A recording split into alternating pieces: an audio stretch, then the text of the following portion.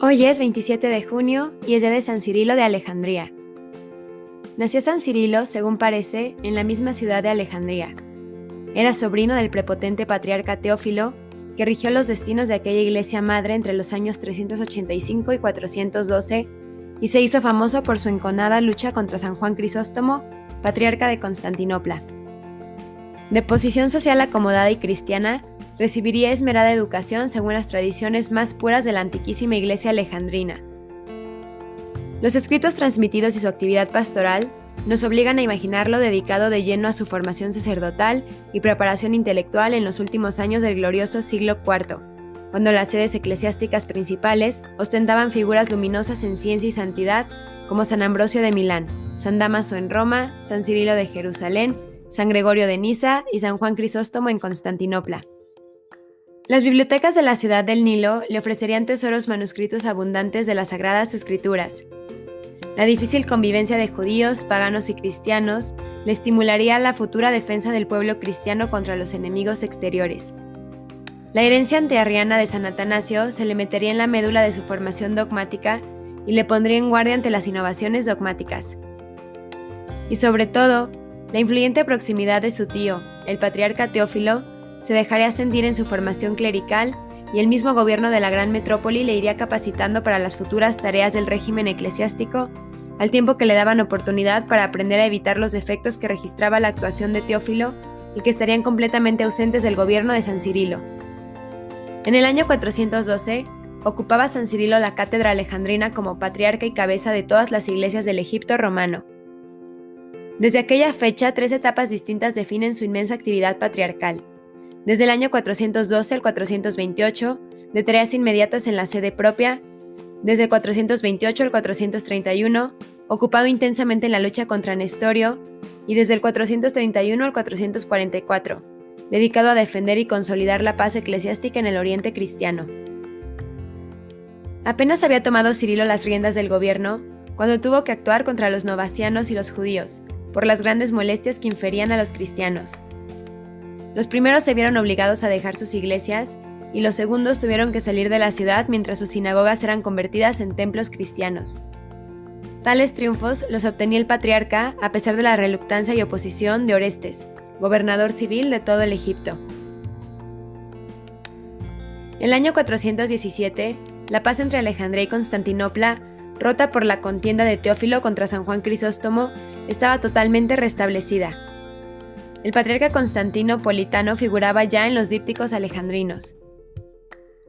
Un año después, el Papa Zósimo le comunicaba, por carta particular, la condenación romana del pelagianismo. Y cada año, por deber pastoral, y siguiendo la usanza antigua de su iglesia, dirigía Cirilo su homilía pascual a todos los obispos sufragáneos y a todos sus diocesanos. 29 homilías son las que se nos han conservado, correspondientes a los años 414 al 442. En ellas, el pastor del Egipto anunciaba el ayuno cuaresmal, fijaba la fecha de la Pascua y exponía con profundidad la grandeza de la condición humana, la necesidad de austeridad y mortificación para obtener la victoria evangélica, acompañando reprensiones oportunas y exhortaciones de aliento. La vida, pues, de Cirilo, aunque cargada de múltiples tareas cotidianas, aún no se había desbordado en áreas del interés general de la Iglesia Universal. En Alejandría se vivía en paz. Los sacerdotes pastoreaban espiritualmente la grey bajo las orientaciones y ejemplo de su jerarca. La comunidad florecía en virtudes. Los obispos egipcios seguían las directrices de la metrópoli, y los monjes del desierto gozaban de quietud solitaria y espiritual, sembrados acá y allá de las riberas del gran río. Cirilo, eso sí, vivía intercomunicado con el exterior. De Roma, de Antioquía y de Constantinopla recibía casi a diario noticias de actualidad eclesiástica, y estaba sobre todo en guardia ante los derroteros dogmáticos que podría tomar lo que llamaba el dualismo antioqueno, que comprometía la unidad del Dios hombre. El año 428 llegaron de Constantinopla noticias alarmantes. Sus fieles representantes en la ciudad de Bósforo le anunciaron que Nestorio, patriarca de la capital del Imperio Oriental, había escrito y hablado públicamente contra la unidad del Verbo encarnado y contra la maternidad divina de María. Inmediatamente Cirilo, en la homilía pascual del 429, declaraba la doctrina ortodoxa comprometida, indicando el error y callando al hereje, diciendo esto: No un hombre corriente es el engendrado por María, sino el mismo Hijo de Dios hecho carne, y por ello María es de verdad Madre del Señor y Madre de Dios. Pero el error seguía extendiéndose. Los escritos y doctrinas de Nestorio estaban penetrando en la república monacal de su patriarcado.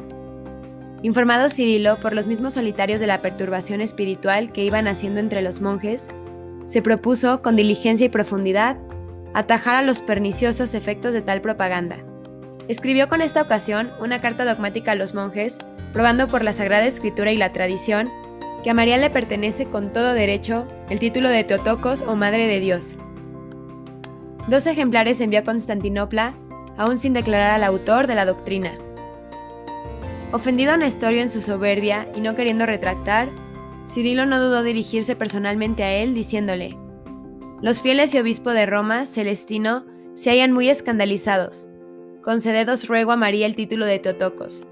No es doctrina nueva la que os pido profesar, es la creencia de todos los padres ortodoxos». Nestorio respondió con calumnias, y Cirilo contrapuso una segunda carta con la exposición detallada del dogma cristológico. Fue inútil. Nestorio abundó en insultos y siguió contumaz. Entonces el celo apostólico y la caridad del patriarca alejandrino encontraron otro camino, el de los intermediarios. Escribió varias cartas al obispo centenario Acasio de Berea para que utilizara su venerabilidad ante Nestorio, al emperador Teodosio II para prevenirle de las sutilezas dogmáticas de su patriarca, a las princesas Arcadia y Marina y a las mismas emperatrices Pulqueria y Eudoxia con la misma finalidad. De Roma, a donde había escrito Nestorio, el Papa Celestino pedía información a Cirilo, a quien tenía por celoso e instruido. Este no quería desorbitar los acontecimientos, pretendía curar el mal reducido a sus orígenes, pero, convencido de la imposibilidad, no regateó información. En la primavera del 430 salió su diácono Posidonio para Roma, equipado con una relación informe de todo lo sucedido, con un conmonitorio resumen de los principales puntos nestorianos, con los escritos de Cirilo dirigidos a los monjes, a Nestorio, a la casa imperial y, parece, con los 5 libros contra Nestorio. La respuesta de Roma no podía esperarse más favorable. Un sínodo romano declaraba heterodoxas las doctrinas nestorianas y, por voluntad expresa del pontífice, Cirilo quedaba comisionado para notificar a Nestorio la decisión, conminándole la excomunión si en el término de 10 días no retractaba sus errores. La respuesta de Roma no podía esperarse más favorable. Un sínodo romano declaraba heterodoxas las doctrinas nestorianas y, por voluntad expresa del pontífice, Cirilo quedaba comisionado para notificar a Nestorio la decisión, conminándole la excomunión si en el término de 10 días no retractaba sus errores. Pero Cirilo quería rematar el golpe. Con la luz de Roma delante, reunió a sus obispos, redactó una carta sinodal y formuló los 12 anatematismos clásicos que debería suscribir Nestorio para quedar plenamente purgado de sus errores. Y ahora saltó un acontecimiento inesperado. El emperador convocaba concilio general para junio del año 431 en la ciudad de Éfeso. ¿Qué haría Cirilo? ¿Sería cuestión de revisar las decisiones romanas y alejandrinas? Consultado el Papa Celestino, se puso en camino para Éfeso. Allí tuvo que echar mano de toda su prepotencia dogmática, eclesiástica y diplomática.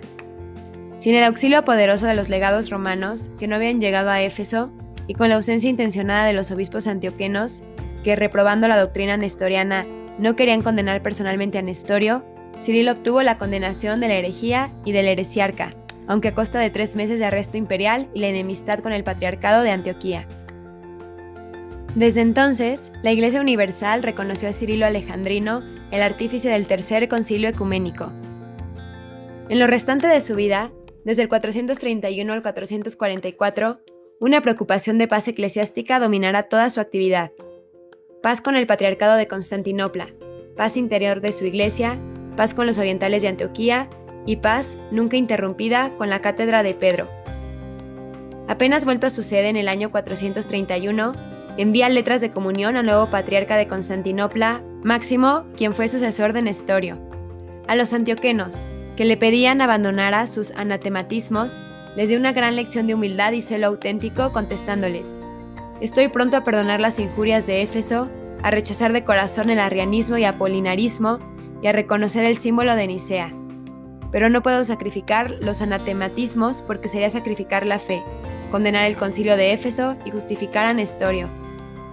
En cambio, en el año 433, cuando Alejandrina y Antioquía firmaron el símbolo de unión, Cirilo tuvo prisa por escribir su epístola Laetentur Coeli y anunciar gozoso la paz del Papa Sixto III a Máximo de Constantinopla y a otros obispos significados. Entre sus mismos súbditos tuvo que sufrir algunos extremistas que tenían por claudicación la unión verificada y trajeron dolor a su corazón de pastor bueno. Ante ellos se esforzó continuamente por justificar la paz y la ortodoxia del símbolo de unión. Finalmente, pidiendo a sus fervientes seguidores que condenara públicamente, como había hecho con Nestorio, a Diodoro de Tarso y Teodoro de Mopsuestia, respondió que no debía condenar a los obispos que habían muerto en comunión con la Santa Iglesia.